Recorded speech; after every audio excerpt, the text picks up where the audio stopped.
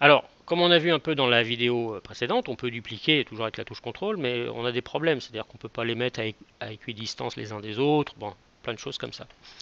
Et ici, je vais le faire de manière entre guillemets numérique. Je vais aller chercher un outil qui sert à ça, à dupliquer les objets, avec des options qui vont être relativement utiles. Ici, je vais aller dans Outils, réorganiser les objets, et je vais prendre cette petite fenêtre. Au passage, ici, si je fais ça, je clique dans le vide, donc j'ai rien sélectionné. Quand je vais chercher Outils, réorganiser les objets, il n'y a rien. Tout ça, quand on a ça, du gris en fait, c'est qu'on n'a rien sélectionné la plupart du temps.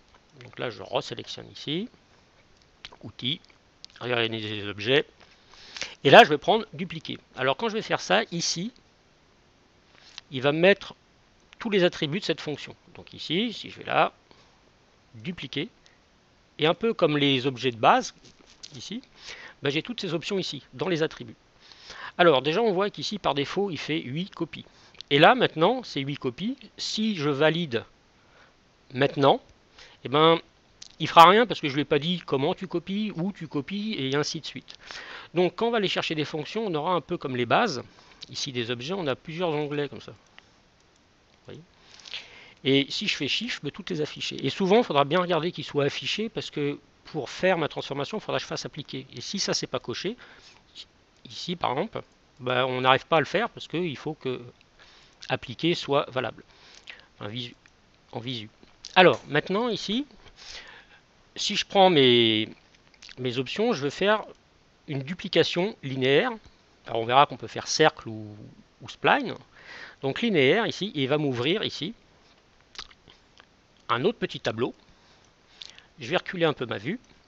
Et ici, par défaut, si je fais appliquer, paf, il fait ça.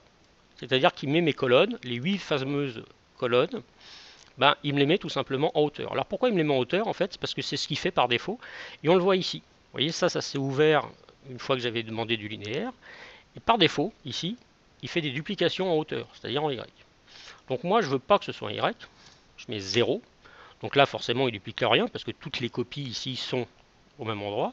Moi, je veux en fait que ce soit sur cet axe-là, c'est-à-dire l'axe Z. Alors donc, par rapport à tout à l'heure, vous voyez, ici, je fais ça. Je veux en mettre moins. Vous voyez, je peux revenir dessus à chaque fois. Voilà. Voilà, admettons. Voilà, je peux passer 2 heures. Et ici, ben, comme mise à jour en temps réel était cochée, il me le fait ici. Vous voyez, s'il ne le fait pas, c'est que ça, c'est désactivé. Alors, ici, j'aurais pu faire des mises à l'échelle. On verra ça sur d'autres cas, ou activer la rotation. Alors juste ici, pour vous montrer le principe, si je clique ici, je vais lui dire, par exemple, vous voyez que là, celle-là, elle descend de 42% à chaque fois par rapport à la précédente. Comme Z. Voilà. Je remets 100. Voilà, et là, je refais appliquer pour revenir à ce que j'avais fait. Bon, la rotation, c'est pareil, hein, si je fais tourner, admettons, comme ça, voilà, admettons, ou comme ça, là, je vais pouvoir faire des rotations qui vont se décliner au fur et à mesure. Donc pour l'instant, ça je le remets à 0, ça je le remets à 0. Ce qui nous intéresse, c'est juste ça. Alors maintenant ici que j'ai fait ça, on voit que ici, il m'a fait une colonne. Et ici, il y a toutes ces copies. Voilà, il est parti de ça, il m'a fait toutes ces copies-là. Et à chaque fois, il a nommé la 0, la 1. Comme c'est un tableau, pour ceux qui font de la programmation, ça commence toujours à 0. Voilà, l'objet 0 existe ici. Et ça va évidemment jusqu'à 4. Parce que ici, 5, pardon, j'ai 0, 1, 2, 3, 4, 5. Donc ici, je vais le refermer. Et maintenant, si je voulais faire le deuxième, ou je fais encore une duplication, ou ici, je peux grouper ça, clic droit, grouper les objets, et là, je vais l'appeler colonne toc, toc, droit.